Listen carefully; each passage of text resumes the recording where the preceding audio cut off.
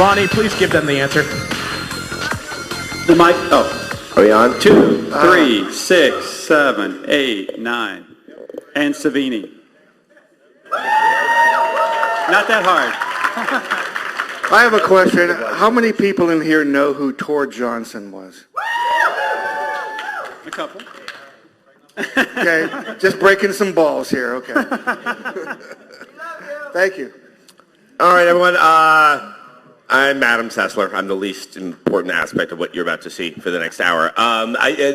This is Friday the 13th. It's all about making the kill, which I think it clearly shows that you're probably the most demented people that are attending PAX, and that's. And I love you all for it.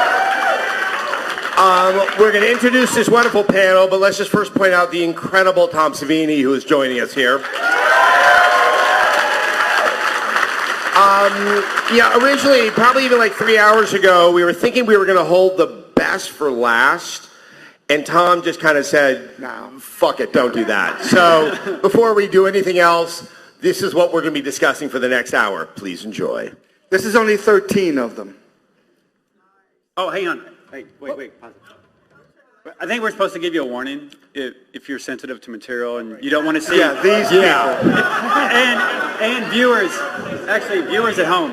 If you have kids. Yeah, viewers at home. If you have kids, really. Or you don't want to see. Send them away. Avert your eyes. No, we have to say this actually. This is real. If you are uncomfortable with young adults getting manhandled, you can leave and come back because it's not going to be pretty at all. And then why are you here? You know. You may have stumbled upon it at home. You never know. Is there any way to bring down the lights? Is that an option?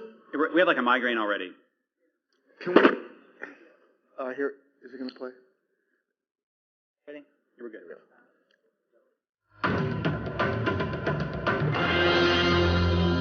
They're going to start screaming.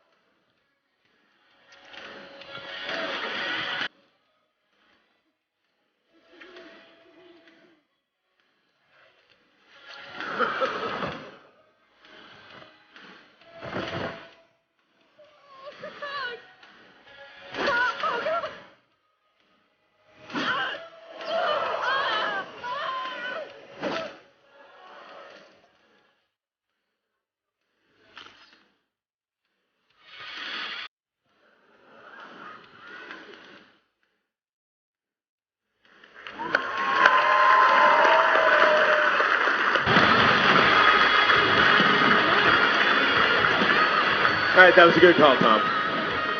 That was a very good call. Yes, thank you. You guys enjoyed that? Yeah. Well, Now we get can better. chat.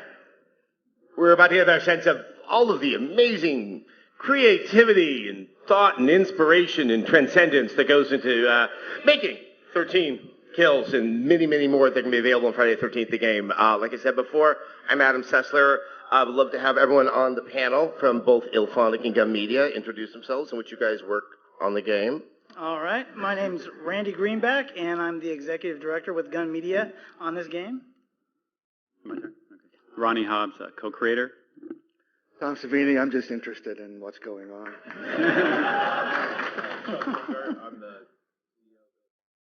Hit your button. Oh, red light, green light has to be on. Here, use mine. Oh, Dr. Clouseau at your service. CEO of IllFonic, Chuck Brungart. Wires.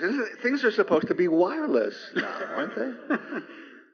I don't have a mic. Do I have a mic now? Oh, it We're works. gonna be electrocuted up here. I'm Wes Keltner, also co-creator of Friday 13th, and I grow mustaches. That's about it. He does.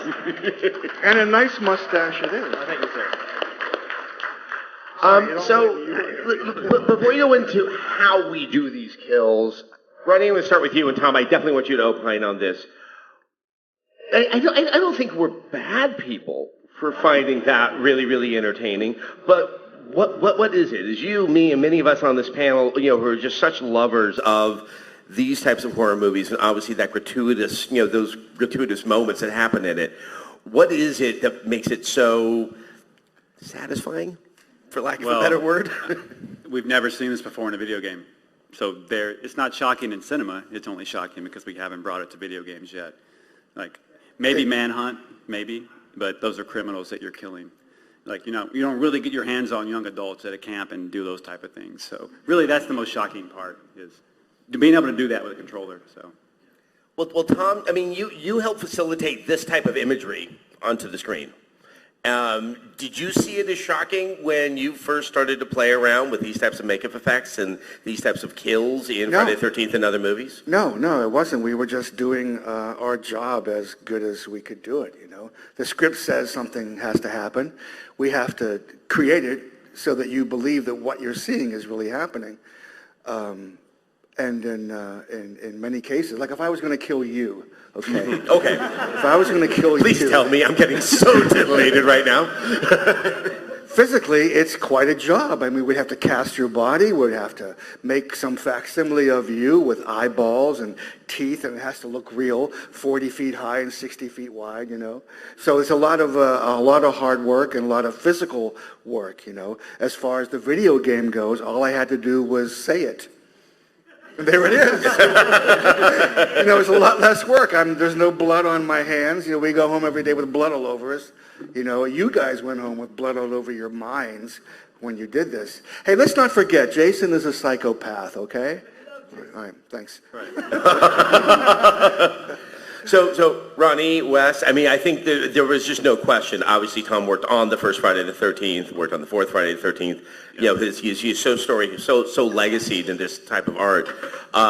Was there even a question in your mind whether to bring on someone with his talents to work on the game? I mean, absolutely zero question. I mean, I knew when Ronnie and I sat down and just started to lay this plan out and started to work on the design of it, like, I already had my hit list of, like, I really want to work with these people.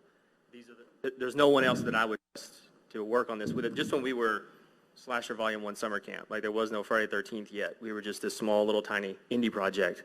And I knew that, okay, I knew I wanted Tom, I knew I wanted Kane, and then the more I was researching sound that I was looking for, I knew that Harry Manfredini was a fit as well. So I literally had a dry erase board behind my desk with these names written on them, and I'm like, all right, well, I'll start with a king first. Yeah. So. The tough part was just how do you get him to work for you when you have not a lot of money and no one knows your name, and you're pitching him something that probably gets pitched to him every single day of his life. So There was a lot of sexual favors. Yep. I was not the beneficiary of any of them. But at breakfast today, when I first saw this, it brought me back to the 80s when I am once again now the king of splatter. I was the wizard of gore. Yeah. Got away from that for a while, and just watching that made me feel, wow, I've done it again. You know, this is, yeah, I'm the king of splatter again. You know, so. And speaking of hit lists, here's all the kills right here. Hey, no, put that Don't away. leave that laying Put that around. away. No, I'll be jumped later for all this, but you can see how many pages are in here. Yeah. I mean, there's a lot of kills in this thing. And that was actually our big challenge, and we'll go into that now. Is Yeah, I was about to say, I mean, Tom, you do not lack for imagination in terms of how to extinguish a life in a visual manner. I don't know where that comes from. You know, I raise roses. I have grandchildren. It just comes. Well, it came naturally back then, in the heyday of the splatter films, and it just came naturally this time when you said what you said is something that George Romero would always say before a movie: start thinking of ways to kill people. You know, that's my job.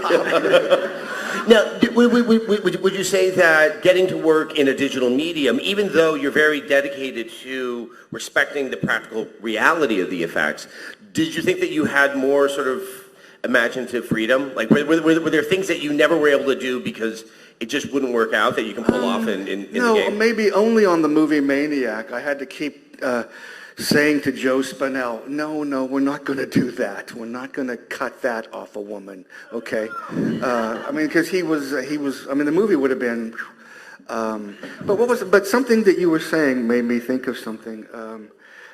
What was your question?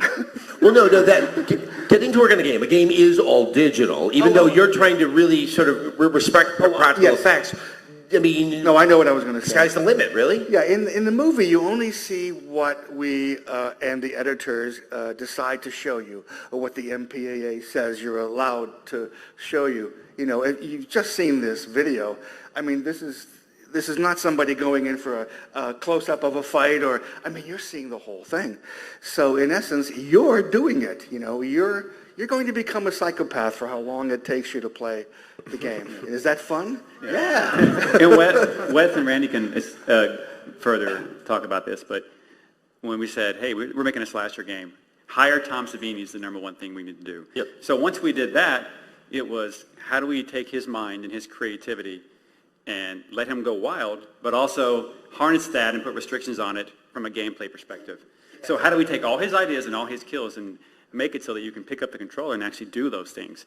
So if Tom wants a toilet on set, he can just bring it, or if he wants a mattress or a bed frame in a movie, he can bring it, but in the game we have to make it. But then we have to let you control Jason in that little area and perform the kill without legs flying through doorways and characters clipping. And so it's a very, very tough system to do. There's also just a consideration of like, what are the odds of that event taking place? Like, you know, I was talking to just Tom over breakfast this morning about it, where when he sits down to do, you know, if Romero asks him, hey, come up with some kills for how people are going to die in the next film or whatever, that's a linear, you know, experience when you're watching a film. So when he sits down to think of a kill, if he thinks of one that's really awesome, it's in a controlled space. Everyone that watches the movie is going to experience it. They're going to see it, right? But in a game, that's set in a more open world thing where there's, you know, 7 counselors, 1 Jason. You know, what are the odds that this counselor is going to be at this moment, at this time, and Jason's going to be here at this moment and this time to then trigger that specific kill? Does that make sense? So yeah, you said something interesting this morning. I was looking at the list and talking about the lifeguard chair. Right. And you said, yeah, what are the odds that the counselor will be near that at the same time Jason? So one example that had to get cut was so Tom wanted that Jason would knock someone down next to a lifeguard stand. So like those big, large, very tall lifeguard stands that you would see. Which Well, he would swing them by the ankles and break the lifeguard chair. Sure. But a very heavy. There's poles. There's stakes sticking up from it. Okay. Right.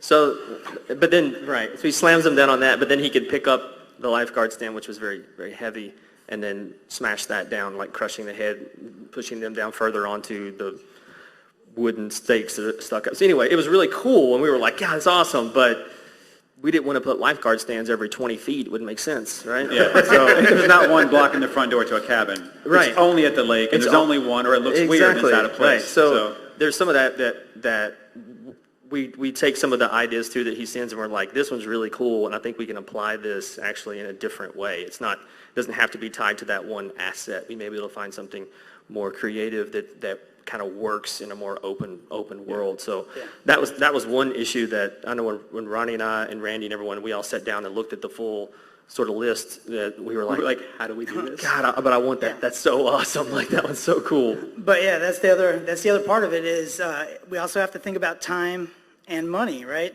So there were a ton of kills. Like Tom's not called the volcano of the mind for nothing, right? They're just erupting out of his head, and we can't do them all, but we want desperately to do every single one of them. But time and money dictate how many we can do. So what ones we had to cull off the list for tech reasons and whatnot. We also had to eliminate some and save them for potentially later. But So that was step one in how to create a kill. Right. Hire Tom Savini, let him go crazy, try to Let him- hope to let him God we go can put crazy? those kills into an environment for you to actually enjoy. But then you have to make those kills actually happen, and that required another also exceptionally talented person. Yeah, so after Wes convinced Tom, he just calls Kane Hodder and convinces him as well. I still don't know how it happened. So then we had Kane Hodder. So Favors, get right? Tom on I want board. to check to make sure everyone knows. Do you understand who Kane Hodder is? Okay, good. If you didn't know, you didn't say, I don't know. He's Jason. He's Jason of the later films. He's the one who's probably most present in all of our imaginations. So we convinced him to join our team and do all of Tom's kills. Well, that in was a him. mocap That was studio. him. That was him. Yeah. Roto captured in the video. Exactly. So we had to get him in the mocap studio. We had to hire stunt actors who could take a beating from Kane. So once we had Tom in place and all his kills, and gameplay-wise, we actually fit that into something that could be usable. We then got Kane Hodder and all the stunt people, and But to Tom's point, which I think is really interesting, and this is something that would shock you. If you probably will go back and watch some of the old Friday the 13th movies. A lot of the kills you think you saw in the movie, you saw much less of them because there is a lot of editing that happens around it. Yeah. But in these mocap sessions and what's going to happen inside of the game, you're having to not just show all of it, but you're having to direct it as one fluid action. And I think that must present some unique challenges. And I didn't know if that's how you ever designed them for the films. You have to. When I'm talking about an effect, I will, because most directors don't understand the magic involved. And especially like in the first Friday the 13th film, my idea in all the films was if somebody's getting killed by a weapon, establish the weapon as sharp or hard. It crushes through a wall, like an axe crushes a wall before the rubber axe hits the person, but you still think it's the heavy axe, so you give some weight to the actual weapon. And most directors don't you have to explain sometimes. It turned out in my later contracts that I would get to direct the scenes that the effects were in. Kill scenes. Because they're magic tricks. My books are called Grand Illusions because I think of these things as magic tricks. You need a shot of this before this shot will work. And that's what you were saying. The editor puts those shots together and it adds up to the kill or the effect or something, okay? You're seeing the whole thing. Yeah. Which is what pisses me off in movies a lot is if there's a fight scene, they shoot it in close-up. The real actor's doing a couple of moves and the stunt guys are taking over in long shots. And there's hardly ever any long shots showing the real people doing it. You know what I'm saying? Unless it's, Tyrone Power's Zorro, where they were really, or Errol Flynn. Yeah. He was a real fencer, so they could pull the camera back and you would really see them doing it. And that's the best, when you see the real people doing it. And that's what's happening in here. You're seeing the whole bit. You're not being cheated by the movie maker's handicap of having to not hurt an actor and put a stuntman in there, There's no stunt people in this thing. Yeah. And even though we had a lot of that, like the stunt people and a lot of the actions that played out in the mocap session, we did kind of notice some of those tricks that, stuntmen would do or whatever, where we get it back in mocap and it's like, oh, this is interesting. Like maybe there isn't enough weight to this because they don't want to hurt, someone. Yeah. So a lot of that, And we had that's what I hate too. I mean, so many times in fight scenes, the stunt guys will position the actors in such a way, like the camera's behind me and I'm punching you. My hand is a foot away from you, Yeah. but because the camera's here, they Can't tell. don't know. Okay, so. In my flicks, even the Night of the Living Dead, when a zombie was, for example, getting hit with a crowbar, we put powder on the real actor and really whacked him with a rubber crowbar, and powder flew off, so you know he got whacked. I love to see fists hitting faces and axes hitting heads, seeing the real thing happen and not cheating it and adding a sound effect later. That's not what you're going to get here. You're going to get the real... There's contact being made, obviously, in this thing. Before we show you like the mocap stuff, if you hadn't seen some of the mocap, we'll just give you an idea what it was. But you have to consider that we can't cheat the camera here. We can't just show you a certain amount because if someone's murdering you right beside me, there could be 7 other counselors or 6 other counselors standing next to them watching that scene unfold. So we can't cheat that system. Right. You could be watching your friend get murdered 10 feet away. So if legs are flying through couches or the kill doesn't fit in that area, you're going to know it. Right. So that's what... Yes, you have to plan for a camera being at any various position. Yeah, we can show the player who's getting murdered a special camera, but what if you're standing next to them? Right. We can't cheat that. And that's, that's something that no one had to consider for the movies. Yeah, but in films, you can cheat whatever you want because there's no third person looking on. Right? And obviously matters of timing, I think, have to be there as well because you can't start just dropping frames to get to a different perspective to add a sense of maybe all it's got to happen real time. Yeah. Well, I have a question. If you choose to be Jason in the game, then is it Jason's point of view approaching a person, the counselor?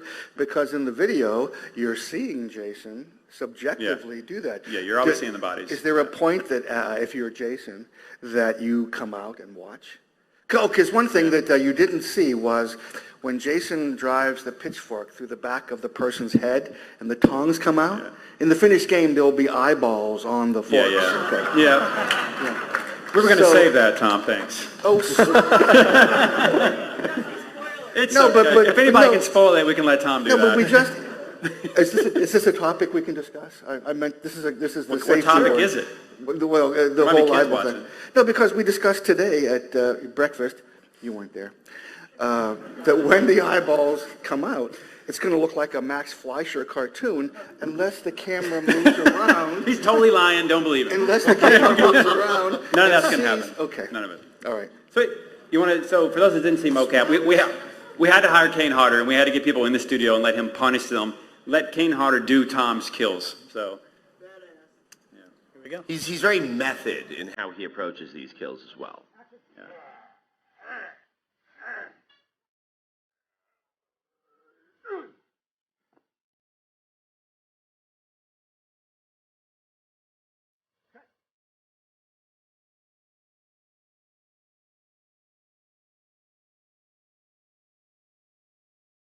So as you can see, this is really early work.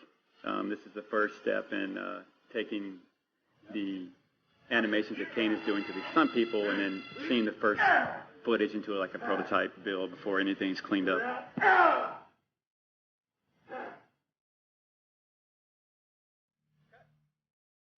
Yeah, these shots here are the equivalent of like a on-set daily. So we see these as they happen. Did you play this music when you did the mocap? No, but Kane liked to wear his mask. Actually, no, we did. Oh, okay. We did. We cued this in the mocap room. Yeah. This was playing when Kane was doing all this. This kind of music, all hairy stuff. Yeah. And as you saw in the final version, he's actually hitting the counselor, but obviously we didn't want Kane to kill stunt people. So a lot of the times, you can tell he's not even making contact. So that's our other big hurdle with Chuck and the guys at Alphonic is take this data, make it hit the characters, and then we have to apply blood and things like that once they're cleaned up. But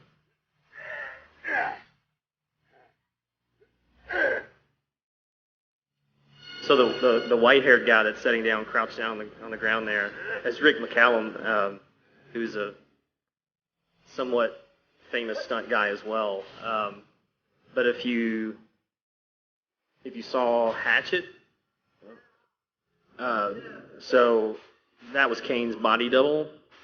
So a lot of the running scenes and getting knocked down and things like that, that was Rick actually, who's it was there during the motion capture. So this is funny here. This is one of our little test environments that we throw things in before we do anything serious, just for fun. We walk around and This is an early contextual kill system right here. yeah, this lets us experiment with things. And It's like mean Katamari Damacy. exactly. So this is also a very, very difficult thing to do because, like you said, that's a flat surface wall that we have to use, and they can't be everywhere. But we have to have enough of them so that if you pick up a counselor, you can have some place to execute them at. So that's part of the big issue as well. That dummy did not last a week, by the way. Every morning when we come in, the prop people would be duct taping it back together because Kane just beat the shit out of it. And Tom nicknamed him Freddy. See, what's funny? They did name it Freddy. What's cool is the stuntman has to react to potentially faking getting hit here. He's not even, there's no contact, but, Right. So it's a very involved process that just putting in one kill in our game.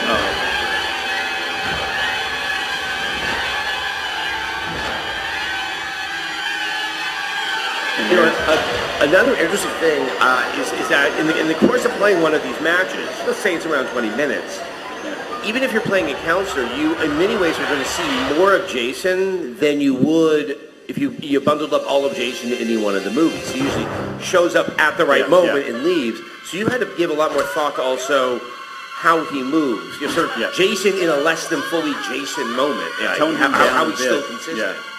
And of course, here's the final version of that kill. So what you had was taking Tom's genius idea for these kills, and then hiring Kane Hodder, of course, and then hiring stunt actors, and then getting Chuck and his guys and all the animators to the mocap studio, and then recording that footage, and then getting into the prototype engine there, and then putting the blood effects on, then getting this dismemberment. How long have you been working on dismemberment? Yeah, probably good few months or whatever, a couple Yeah, months. just to get getting all those the two faces arms and- flying off on that one kill. You're the dismemberment expert? It's a labor of love. Not me, we have a kid tech team. so- Can we talk about the blood for a second? Because that is such an important role. Yeah. Okay. But the blood too, like with dismemberment comes blood, and we need the blood to look as realistic as possible within a video game world. And there are very few games that even come close to representing real blood. So Chuck and his team have been really busting their butt just trying to get blood. There needs to be more There was a blood. lot of, definitely, Need more blood, yeah. there was a lot of back and forth, because I think in a lot of games, you always see like giant sprays and it's way over the top, and we were going more for realistic, like how does it fall with physics, and Which is what Tom was great at, by the way, in the original films. Blood would pull out, it slowly moved. Well, it was really happening. Exactly. There's no you were CGI. pumping it with a, What you saw was really happening right in front of you, right in front of the camera, yeah, as opposed to today. So once we did that, we forgot to mention that, we need Jason models. So what you saw was almost a finished model, but what you don't know is each one of these Jason models that we have in our game, so that's 2, 3, 6, 7, 8, 9, and Savini's custom Jason, which you can't ask about tonight because it's a secret still. Don't you like surprises? Come on. Each one of those models roughly takes us, over a month. Oh, at Well a over a minimum, month, yeah. plus the prep time that it takes for us to give it to the art team. So we have to go back and collect reference photos from the films, which don't exist, by the way. Especially part 6. Yeah, part 6, there are probably 4 or 5 photos from behind the scenes total in the world. Really? Yeah, They just don't exist. if you find a well-lit, full-body part 6, front and back, We'll buy it from you. Yeah, send it. I'll personally send you 10 copies of the game signed by me, because it doesn't exist. The actors don't have it, the directors You don't can't have find it. Yeah. So we had to go to great lengths, because as you know, each Jason mask is different. Some are dinner plate shaped, some are egg shaped. They all have their own unique features. So it takes us Even well- within the individual film, like if you, just to use 6 again, for example, like, first of all, they used, of course, the hardcore fans know, they used 2 actors in that. They had a fat Jason at the beginning that they fired, and then hired another guy to come in, right? Yeah. Well, even the masks, like if you go back and watch those, like the It's a mask little change, different. but all the films, like from start to finish, during the shoot, the actor is always taking the mask off and on, right, in between shots. Well, their hands Or are getting it knocked off or Yeah, and something. it yeah, gets their hands are damaged, dirty. worn So out. like if you go watch a lot of them, like they usually pick it up by the nose, like the actor does, to put it back on. So like as the film progresses, if you go back and watch them, like you'll notice like this part of the nose gets darker and darker throughout the film. Yeah. So if we're tasked with making a part, 3 masks, 6 or whatever. 3, whatever, right? Well, how much effect are we doing? Yeah. Like how dirty and dingy is the mask? Like are we talking real 6 or are we talking real 2? Because there's a significant difference in look. So yeah, each model takes a long time. we're not phoning it in by any means. So this is J3, part 3, Jason early on. This is before his mask was perfected. So, just about a month of work just to get the model to this space and make him look big and buff like Richard Brooker did in part 3. They had a back prosthetic and a neck prosthetic on him, which made him that Frankenstein, big bodied look. Yeah, and then there's feedback that has to be given. So like when the artist delivers the actual under mask, like what Jason looks like under the mask, we have to go in and kind of compare shots and figure out exactly what's off and what's on. And it's before it's textured, so sometimes it's hard to discern exactly what feedback is relevant at this point. Yeah, so there's his under mask and the multiple steps. This is only one. I mean, we went back and forth probably 55,000 times with the There's so many iterations just that happen. nonstop. Just you to try to get them. You have the model itself, and then you have the mask, and those take on sort of like 2 different paths in terms of like iteration and iteration time, and it's usually the mask that takes the longest. They can usually nail the face in maybe like the 4th iteration. They got it. The mask, it's about a dozen usually before it's right, because like the holes have to be right, the chevrons have to be right, like All the little marks, the shapes. It's got to be perfect. So.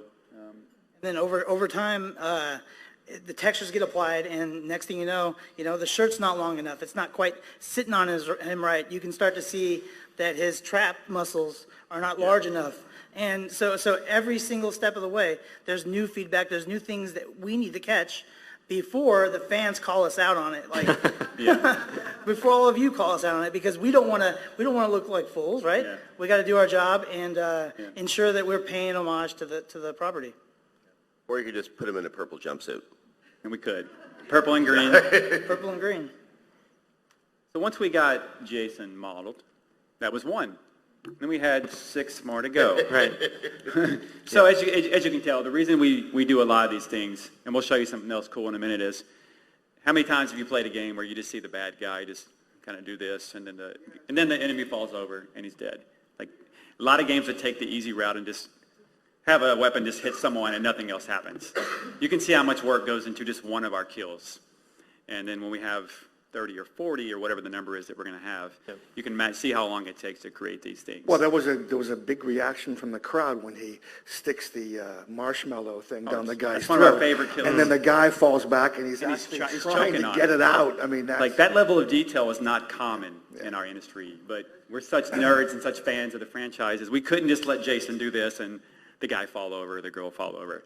Like that would be the cheap way out in a slasher game or something, so. And animation-driven games are very hard to make, very complicated because, it may not be as much tech as, huge, like giant, Uncharted, for example.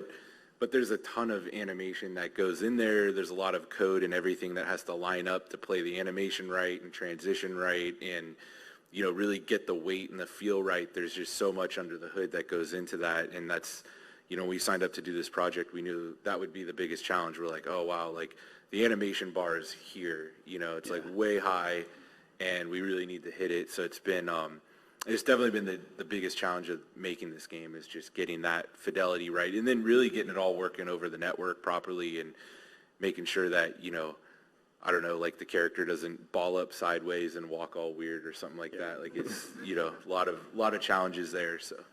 So we have a cool little thing too. This is kind of like our Jason assembly line. Yeah. We put Jasons to work every day just doing new kills. Eventually the Jason AI perfects the kills over time, but it takes many iterations of killing to be able to do it. And of course this isn't the game, so people online are like, this looks like shit. Like this is not the game, okay? This is a test world. This is our little prototype area. Early test world. Yeah, this is where Jason, not the game. 9 to 5, Jason's in here killing people.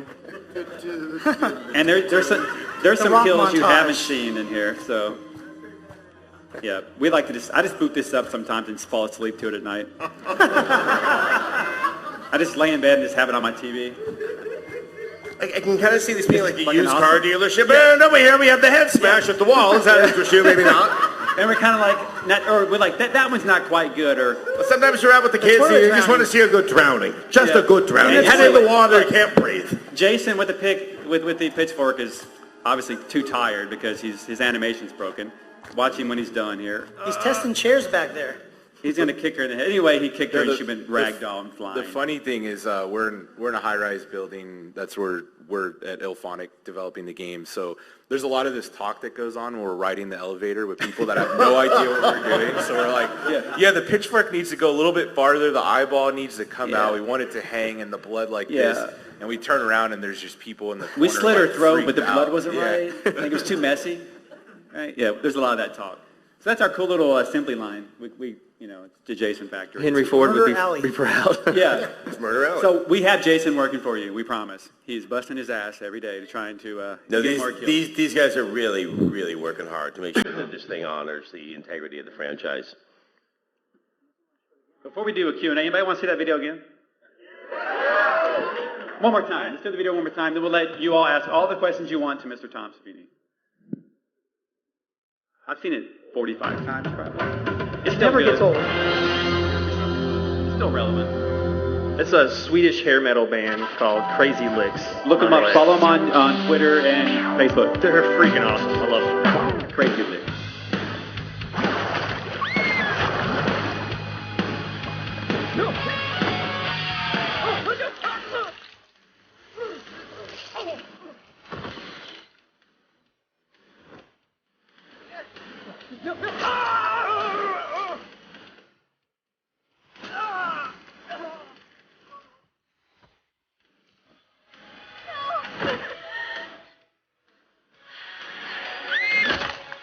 Damn. Her face.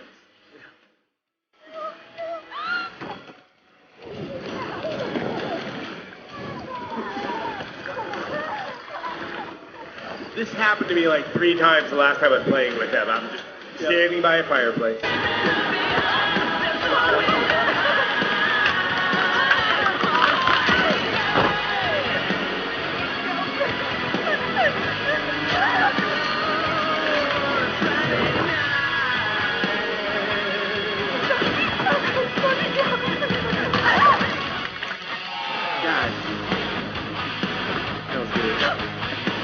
Yeah, make him writhe for a And you can while. see the blood decals on the characters. That's all a lot of work too.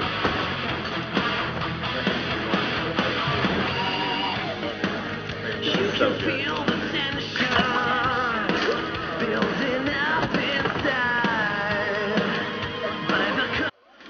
There's zero give on that.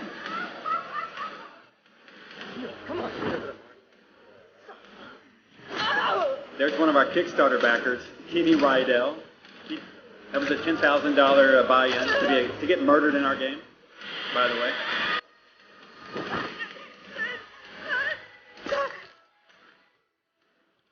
I love that the pole supports her body weight right here. She's just like, Perfect.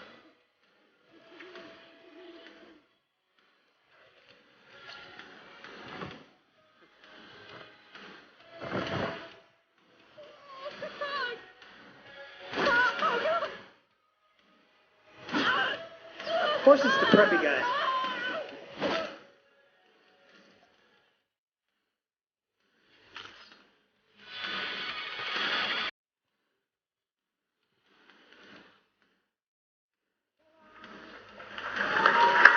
All right. Q&A? Anything you want to All say? right. We ready for Q&A, guys? All right, cool. So before we get the Q&A started, a couple of things. Fall 2016. Don't ask release date. I'm serious. If you guys are on our Facebook page, every day. So fall 2016 is our release date. Next thing, I'm watching you, Robert. We're watching you. Yeah. And the last thing, Wes, your mustache. No one can shut up about it. Tom, you don't age. And for the 2,000 people watching on Twitch right now, thank you so much. We really do appreciate it. Seriously ridiculous. Everyone here that showed up, you guys are awesome. Like, I can't tell you how awesome it is to just walk in here and it's awesome. So, remember, if you want a beta key, as I said, I want to see on your Facebook, Twitter, or Instagram tagging our page to your friends. What we'll do after the panel, we're going to line you guys up at the end, nice orderly fashion. What I'm going to do is take your email. You're going to actually write it on an iPad because we got Kickstarter money, not, EA money. So True. It's going to take a little bit of time, but we will get each and every one of you that wants to get a beta invite. So without further ado, first hand, what? All right, super fan.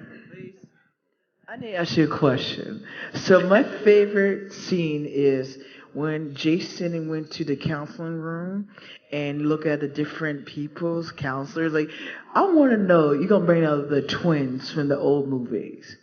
The twins, the two twins on the bike. Oh yeah, our flirty girl. She was kind of is inspired based by that. on those twins. So we don't have those exact counselors, but Yeah. she is based on them.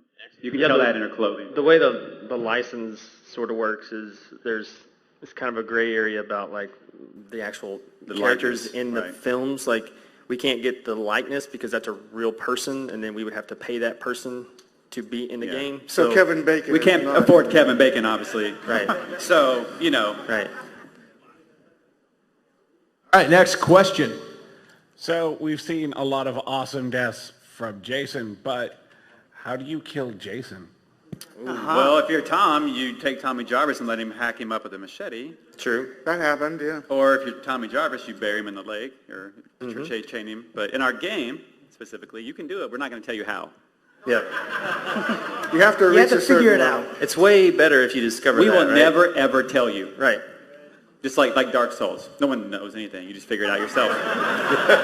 Right? Yep. All right, next.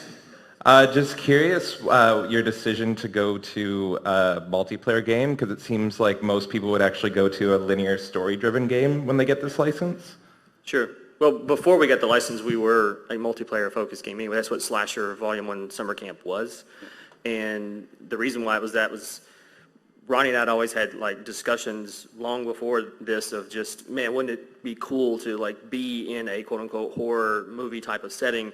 But I wanted that experience with other people, because if it's just me by myself, like that's it still can be scary when it's just kind of you in your room, turn off the lights, but I'd had that experience several times, early Resident Evil, Silent Hill, etc. Like I've had those like, ooh, that's scary. Instead, I wanted an experience of, I wanted to see what happens if someone shows up and there's a group of people, who's going to be the dumbass first? Like who's going to do something stupid? Because you think you're like, oh no, I got this, I got it, right? But then the shit hits the fan and you're like, fuck it, and you like peace out, right? And so I wanted those moments, because that was more sort of water cooler moment that was fun for me to see, like, how do you really react? Like when the light switch goes on, the cockroaches run, right? Like I wanted that experience. I wanted to see it firsthand. Am I going to stand there and try to face off against this person, or am I going to throw my friend under the bus, so to speak? Am I, so on and so forth. So that was why we wanted to focus on it being a multiplayer game, because of those experiences to me I hadn't quite seen done yet. I'd seen a lot of linear storytelling horror things, and they're fun, and I was like, well, I can't do better than Silent Hill. Like, it's fucking great, right? So instead, let's just try to do something that maybe others haven't tried yet. Or let's split up so he can kill us easier. Keep in mind, like, the multiplayer, just real quick, the multiplayer, shut up, Ben. I saw you. I'm trying to help the fans here. I saw this there. The multiplayer experience is what got us the license. Sean and them saw our game and saw that it was multiplayer, and that it could essentially play out like a film. They've been wanting to make a Friday the 13th game for a long time too, but all they were ever pitched were single-player games. So instead of Jason going from one level to the next, just killing teenagers, now you get to do it with your friends. So Well, that's why. and I think the other thing about it being multiplayer is, I watch tons of horror movies, I play tons of horror games, and some are great to watch by yourself. John Carpenter's The Thing, great horror movie to see by yourself. The slasher genre, that was built on the idea of kind of having a communal experience with your friends in a movie theater, giggling, holding on to each other. I mean, I remember when I saw Halloween for the first time, I was at I think I was turning 12. It was my birthday party. It was a slumber party. Having seen that Why so movie late? all by myself, it probably would have scared me. It probably would have traumatized me. But I don't think it would have ever turned me into the fan of slasher films. There had to be that kind of giddiness and a shared communal experience for it really to work. And I think that's why this has to be like a predominantly a multiplayer game. Onwards. All right. I was just curious if there was going to be other stages other than the lake. Well, we've announced. Yeah. I mean, we have two levels that we've announced: Camp Crystal Lake and Higgins Haven. But We have the a third one coming. we're not ready to talk about yet, but we will. Yep. Yeah, if you didn't know, like Crystal Lake is a huge area. So Jason just doesn't, all the movies don't take place at Crystal Lake. It goes around it. There's Higgins Haven, there's Packanack Lodge, there's Crystal Lake. Those are all different places. The Jarvis House, it's different. The halfway house from Part 5. Yeah. So it's a very big area that spans miles and miles. But it's all centered around a lake, but there are a lot of cool opportunities. And of course, you can always go to Manhattan and do those things with a cruise ship or space. So, yeah. All right. And they're all procedurally generated aspects are too. So each time you play it, it'll change. So. Next. All right, cool. Hi, I just want to say I'm really happy to see it go the multiplayer version because I don't think you could do a Jason game like this properly unless you had the option to do the smart thing and split up to cover more ground. I really, that needed to be there. Yeah. But my question is, do you guys have thoughts of continuing on with the storylines and taking us to space, or do you have the license and freedom to go in directions that the movies haven't? I mean, yeah, there are some caveats to how we can kind of work with the license. There's some things we want to maybe play around with in the future. I don't like talking about DLC when we're still trying to like build what we're building. Like that kind of feels weird, you know. But there is stuff, we have our own like internal wish list of things that we want to do that we think would be pretty cool. So yeah, when we get a little further down the road, I think fans will be pretty. We've done our damnedest to everything we're doing and everything we're showing it's for the fans. Like the fans built Friday 13th. Period. Like that's what it. So why would that be any different for the game? Right? It's the same. So yeah, stuff we're going to do in the future. I think fans are going to love it. I'm just going to add real quick, just a little anecdote so you guys know. Ronnie here, I was sitting next to Kane in Cincinnati at a horror convention, and I'm asking Kane, tell me something that there's no way anyone could know what you did. You have to know this. And he, told me a story. And I call up Ronnie. I'm like, hey, I got a question, blah, blah, blah. And I'm trying to phrase it like it was legitimate, but I know the answer. And Ronnie freaking knows it. Like, Ben was trying to test me. I was trying to test my knowledge. He thought he had something, but he failed once again. I failed a lot, but we share an office almost, so it's just all day long. It's really bad. You guys, a lot of HR issues. But here you go. Yeah. Oh, wait, what was it? He wanted to know what Kane's first on-screen kill was. Oh, yeah. And it was the flashback scene in Part 7. Yep. Okay. It's pretty So simple. if you guys are wondering what kind of fandom is going on at our office, that's everyone. I thought it was the dildo in Jason's Take Man. No, it was the big dildo. Ben's got that on his wall in the office. Yeah, no, it's great. But, got questions, all right. So I had a question about the animations. They're great. They look fantastic. But can you break in the middle of the animation to, like, if someone comes to try to beat you up, and you just be like, no, I'm going to go for him? Or can your survivor save you? Can you push him off? Can you do any of that? Or is it just you're locked into that cutscene and good luck? Go for it, Chuck.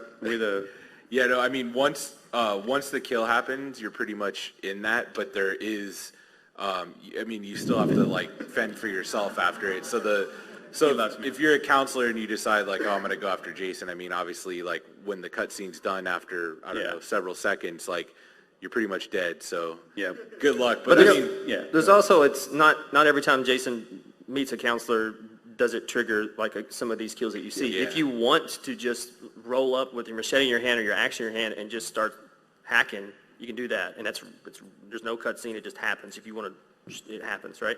But the things you were seeing are a little more contextual, and sort of you have to have A and B and C sort of together to make that event sort of happen, right? It's also, what you're seeing is what has happened after a point of no return, right. And there are moments before that Sure. where you could run, where the counselor has a fair amount of agency to avoid getting killed. But what you've seen there is, it's at the glory moment. Sit back, relax, you're dead. A lot of these start with Jason, grabbing the counselor in some way. Not all of them, but some of the ones you saw there start with a grab. So there's a system there to get yourself out of that situation, right? So Yeah. we give the player it's the playing as the counselor a lot of different features to try to evade first of all, but then once Jason closes in, you may have like one last shot to try to break away. Yeah, we showed in the E3 video that you can break free when Jason grabs you. And you have so it's up to Jason how quickly he wants to kill you. So he may be carrying you around to a context-sensitive kill, or he can just right then and there do a weapon kill on you. So I can save Wes before he initiates the kill if I run up and hit Jason with my weapon. And everyone usually scatters by that point anyway. Yeah, it's like, do I save my friend or just run? I'm just going to say, Adam said relax, but none of that sounded relaxing. So, next question. So less a question about art and more about mechanics. Do we know what the lobby system looks like? Obviously, there's going to be some sort of public queue, but if there's 7 specific friends that I want to kill, can I invite them in? Yeah, we will have a way to start a private match, lock the slots, and invite your friends. Yep. So if you want to just Party. kill your friends, you can. Yeah, like party system, being able to play with your friends or, against your one friend or whatever, like all that's we're trying, really important to right. us for sure. So yeah. Yep. And then the next guy, hold up. No, I was going slow. I'm sorry. Next. Oh, I surprised him. Kind of cliche, but it's probably the only chance I'll ever get to ask this. Tom, what's your favorite movie that you've worked on, whether as an actor, director, or special effects guy? It's kind of hard to beat Dusk Till Dawn. I was going to say Simply- I was going to say the same thing. I was like, it's got to be that. Simply because of who I got to hang out with, I mean, my job for 3 days was to watch Selma Hayek do that dance. It's not a bad job. This has nothing to do with this, but I just did 6 episodes of the Dusk Till Dawn TV series that starts up September 6th. I'm in episode 3 and then all the rest in the season. It's the best stuff I've ever done. I'm not Sex Machine. I'm this new character. Well, no, Jake. already had a Sex Machine. I already did that. Jake Busey is Sex Machine. So there's a competition between me and him, but I'm this ancient warrior that comes. I have a sword and a whip. It's really a swashbuckling thing. What's funny, Tom, is whenever when I first met you and we got together on the project, and I was telling some friends and stuff that I know that aren't horror people, I was like, oh, and I've got Tom Savini working on this game. They're like, who? I'm like, Sultan of Splat or Tom Savini. I don't know who that is. I'm like, did you see Dusk Till Dawn? They're like, yeah. I'm like, he was in that. And they're like, what? And I was like, he had the cock gun. Oh, that guy. Oh, that guy. Yeah, we called it the crotch rocket. And you got to keep that, right? You finally have it. It took a year of begging, but they finally gave it to me. He wears it around the house. There were quite a few mentions on Twitter while I was watching Sex Machine. Good. I'm going to do the 3 guys with the hands up. Time. That'll be, we've got Hurry up, 7 hustle. minutes. Oh, me hustle. Is there going to be other ways to win the game as a survivor besides killing Jason? And can I make a small request that the PC benchmark be the Death Alley AI with just Jason's just murdering everyone, and you just walk by, and Like that's a how you tutorial, benchmark right? your system. Yeah. That's actually a really good idea. It's funny. Sorry. Question was. Is there other ways Yeah, to? of course. You can call the cops. We have to find the phone and call the cops and wait for them to get there, which takes a while because they're driving cars and they take a while to get to you. You can fix a car and a boat, which is also very difficult, and try to drive those out or get in them and escape. So there are multiple ways you can survive. You just survive. But nothing is as hard as killing Jason. Exactly. So those are a lot more trying easy. to survive and not get found by Jason for the potential 10 to 20 minutes if you're collecting car parts or if you're waiting for the cops to show up. That's still your best route. It's still not a good route. I think there's going to be so many of you that are just going to let Jason kill you every possible way. Just give up. It's almost like getting insulted by Don Rickles. It's an honor. Just kill me. Yeah. There just might be an achievement for that as It's well. true. All right, Jason, anything? Nothing. All right, next guy. He's kind of stiff. Yeah. I was wondering about mechanics. If, let's say, this is my friend Alex that I met tonight, and Alex is standing in a doorway, and I'm standing behind him, kind of keeping him in the doorway, so Jason can kill him. Is there any way that Alex can turn around and elbow me, punch me, kick me, hit me, anything of that nature? He could duck and Jason will kill you. I don't know. I mean, there is a crouch. I mean, you could, there is a crouch. Theoretically, but you could do that. We didn't want to create these mechanics that basically kind of like fed troll behavior. It becomes like a delicate situation. Like I would love, like we had these discussions early on, like I would love for if Jason comes walking up for me to like club Chuck's knees because I'm like, I just got to run faster than him, right? Like that, I would love that. But when you give that feature, there's a lot of people that will then abuse it.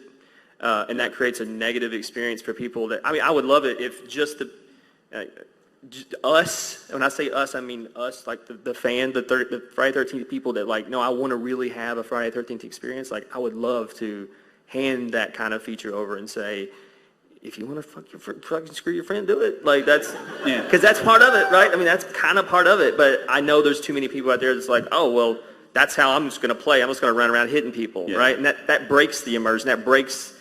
It's a horror game after all, too. We need to keep that immersion there. Although I've been with them in a couple of play sessions where 4 people have diligently scoured every cabin. They have all the parts for the truck. And as a result of starting up the truck, you are creating enough noise that you're going to alert Jason to where you are.